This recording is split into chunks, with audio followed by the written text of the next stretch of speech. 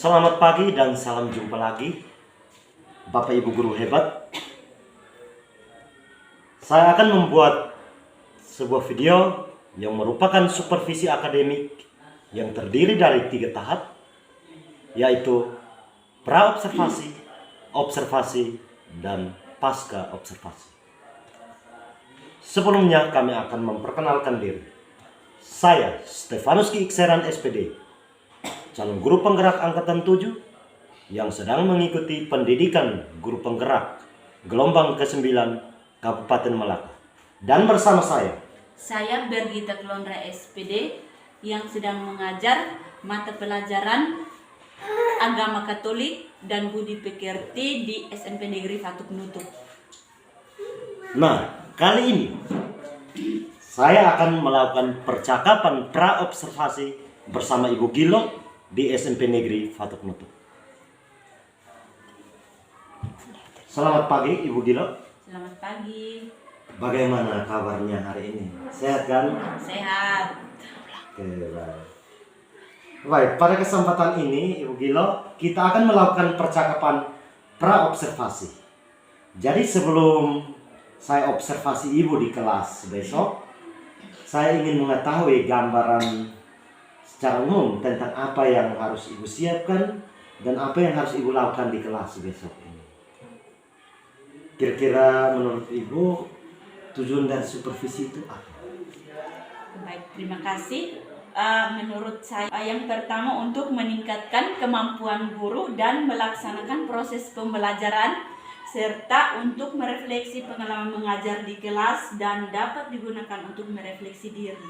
Bagus. Jadi supervisi ini kan kita gunakan sebagai pedoman dasar untuk kita bisa berubah menuju yang lebih baik. Seperti itu ya Ibu. Baik Ibu, jadi observasi yang akan saya lakukan terhadap Ibu ini, Ibu akan lakukan di kelas berapa? Kelas 8. Di kelas 8. Nah, materi apa yang akan Ibu ajarkan besok? Materi yang saya ajarkan besok tentang sakramen inisiasi. Tujuan apa saja yang ingin dicapai pada pembelajaran besok?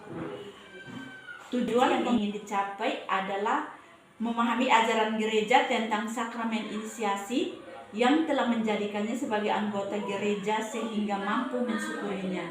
Nah, rencana Ibu menggunakan strategi atau model pembelajaran seperti apa? Strategi pembelajaran yang digunakan model pembelajaran cooperative learning. Pembelajaran berkelompok. Iya. Gitu. Iya. Bagus. Media pembelajaran apa yang akan Ibu gunakan saat pembelajaran? Media pembelajaran yang digunakan besok, media tayang, kitab suci atau Alkitab serta alat tulis. Media tayang, gunakan Infocus. Iya. Iya. Bagus. Untuk mengukur keberhasilan dari peserta didik itu, Ibu gunakan apa? Ukuran keberhasilan yang saya gunakan adalah perangkat asesmen formatif dan asesmen sumatif. Ibu, jadi saya pikir di pra-observasi ini apa yang sudah saya tanyakan dan Ibu sudah jawab ini dipersiapkan sehingga besok kita bisa gunakan di saat observasi langsung di kelas. Siap. Hanya ini yang kami diskusikan di pra-observasi ini. Selanjutnya akan kami lanjutkan di kegiatan observasi besok di kelas 8. Sekian dan terima kasih. Risa, selamat pagi guru. Selamat pagi, silakan dulu. Terima kasih. Baik, sebelum kita masuk pada materi, saya undang kita semua berdiri untuk kita awali dengan doa. Marilah kita berdoa dalam nama Bapa. Ya Tuhan, sebentar lagi kami akan mengikuti pelajaran ini.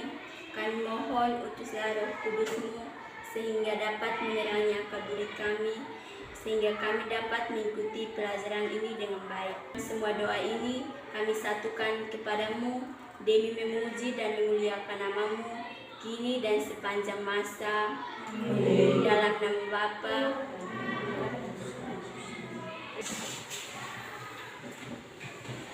Sebelum kita mulai, kita cek hadirat orang yang maha. Ada dulu.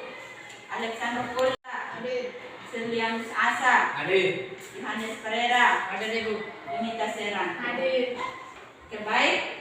Hari ini kita belajar tentang sakramen inisiasi. Siapa yang tahu tentang sakramen inisiasi? Apa yang dimaksud dengan sakramen inisiasi? Silahkan. Sakramen inisiasi yaitu sakramen yang wajib diterima oleh umat yang beriman Katolik. Oke, tepuk 7. Sakramen inisiasi adalah sakramen yang wajib atau sakramen yang harus diterima oleh umat yang beriman Katolik. Iya, tepuk salut. Salut, salut. Salut, salut. Salut. Ya. Baik, jadi menurut saya sakramen inisiasi ini yang wajib harus diterima oleh umat yang beriman Katolik. Iya. Dan lagi tepuk 7. Nah, sakramen inisiasi adalah sakramen yang wajib atau sakramen yang harus diterima oleh umat yang beriman Katolik. Sakramen-sakramen apa saja yang termasuk dalam sakramen inisiasi? Silahkan, ayo. Sakramen Ekaristi. Siapa lagi? Saya, Ya. sakramen baptis. Iya, siapa lagi? Saya sakramen penguatan. Iya, tepuk 7 untuk teman 3 orang itu. Ya, baik. Jadi sakramen inisiasi ini terdiri dari 3 bagiannya. Untuk pembelajaran kali ini kita duduk dalam bentuk kelompok. Nah, dari ketiga kelompok ini, kelompok 1 Injil Matius bab 28 ayat 16 sampai dengan 20. Kelompok kedua Injil Yohanes bab 3 ayat 1 sampai dengan 7. Kelompok ketiga Injil Matius bab 3 ayat 1 sampai 17. Dari ketiga kelompok ini pertanyaannya sama, tetapi Injil dan perikopnya itu berbeda. Pertanyaan yang pertama, apa saja forma dan materi pembaptisan? Pertanyaan kedua, apa syarat menerima sakramen baptis bayi? Pertanyaan ketiga, apa syarat menerima sakramen baptis dewasa? Siapa yang menerimakan sakramen baptis? Dan pertanyaan yang terakhir, rahmat apa yang diterima setelah menerima sakramen baptis? Masing-masing kelompok diskusikan. Batas waktu 15 menit, lalu kita presentasikan bersama-sama di depan. Untuk kita presentasikan hasil diskusi bersama. Kesempatan yang pertama saya berikan kepada kelompok 1 untuk mempresentasikan hasil diskusi. Terima kasih atas kesempatan yang diberikan kepada kami. Kami dari kelompok 1 ingin mempresentasikan hasil kerjasama kami. Injil Matius bab 28 ayat 16 sampai 20. Sakramen baptis adalah sakramen dasar bagi orang Kristen. Dengan dibaptis, seorang bergabung secara sah menjadi anggota gereja. Terima kasih atas kesempatan yang diberikan kepada kami. Kami dari kelompok 2 akan mempresentasikan hasil diskusi kami dari Injil Yohanes bab 3 ayat 1 sampai 7. Sakramen baptis adalah sakramen dasar bagi orang Kristiani. Dengan dibaptis, seseorang bergabung secara sah menjadi anggota gereja. Baik, terima kasih atas kesempatan yang diberikan kepada kami kelompok 3. Kami akan mempresentasikan hasil diskusi kami dari Injil Matius bab 3 ayat 1 sampai dengan 17. Sakramen baptis adalah sakramen dasar bagi orang Kristiani. Dengan dibaptis, seseorang bergabung secara sah menjadi anggota gereja. Oke, baik. Sebelum kita simpulkan dari hasil diskusi kelompok 1 sampai 3, semua berdiri untuk kita ice breaking dulu, baru kita lanjut. Silahkan berdiri.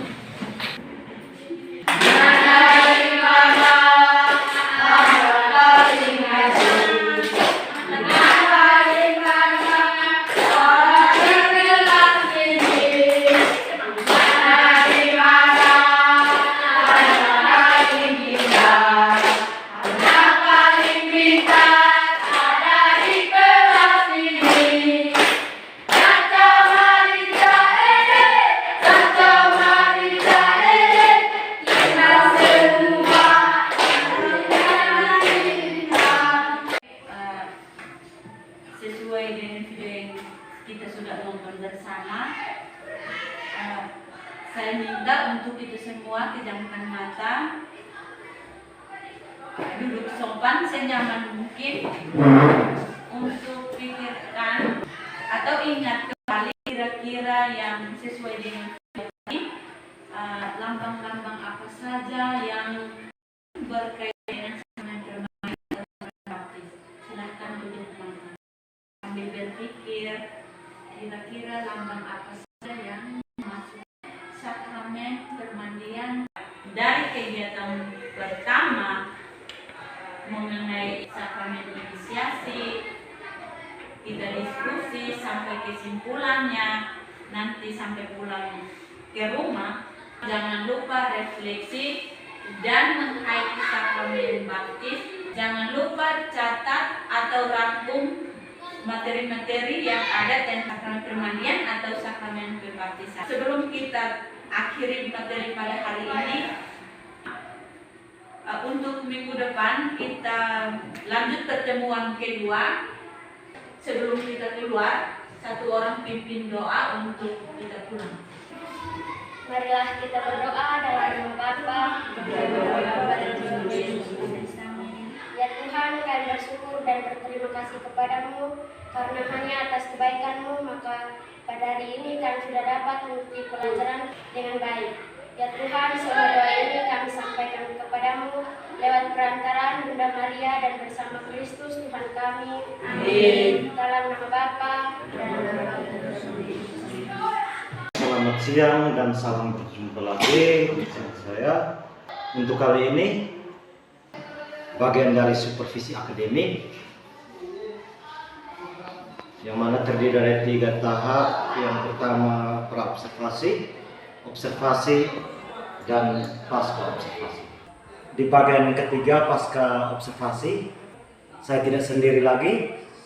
Kali ini saya Stefanus Gikseran SPD, calon guru penggerak angkatan 7 yang sedang mengikuti pendidikan guru penggerak gelombang ke-9 Kabupaten Malaka, didampingi oleh Bapak Yanorius Seran SPD selaku pengajar praktik saya dan Ibu Bergita Kelonrai SPD selaku guru yang saya observasi. Di tahap supervisi akademik, di bagian pra-observasi dan observasi kita sudah lakukan.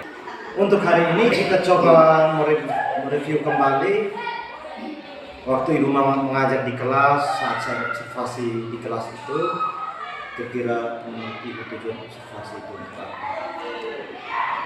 Menurut saya tujuan observasi ini untuk meningkatkan kemampuan guru dan melaksanakan proses pembelajaran serta untuk merefleksi pengalaman mengajar di kelas dan dapat digunakan untuk merefleksi diri.